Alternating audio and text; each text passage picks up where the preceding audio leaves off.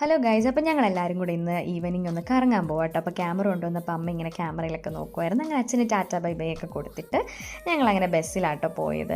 അപ്പം ഇന്ന് ഞാനുണ്ട്, അമ്മയുണ്ട്, അമ്മയുടെ ഒരു ഫ്രണ്ടുണ്ട്, പിന്നെ ചേച്ചിയുടെ 2 പിള്ളേരുണ്ട്. അപ്പം ഉറപ്പായിട്ടും നമ്മൾ കോഴിക്കോട് വന്നു കഴിഞ്ഞാൽ നമ്മുടെ സ്വന്തം ഗോകുലം മാളിൽ തന്നെയാണ് നമ്മൾ പോകുന്നത്. അപ്പോൾ ഇത്തവണ ഞങ്ങൾ നെസ്റ്റോയിലായിട്ടോ പോയേ.